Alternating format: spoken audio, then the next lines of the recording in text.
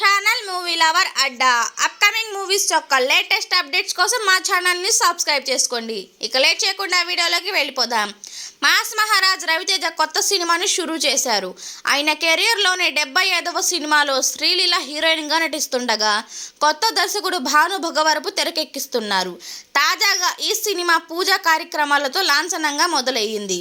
Sitara entertainments బ్యానర్పై నాగవంశీ ఈ సినిమాను నిర్మిస్తున్నారు. రవితేజ శ్రీలీల కాంబోలో గతంలో ధమాకా సినిమా వచ్చిన విషయం తెలిసింది.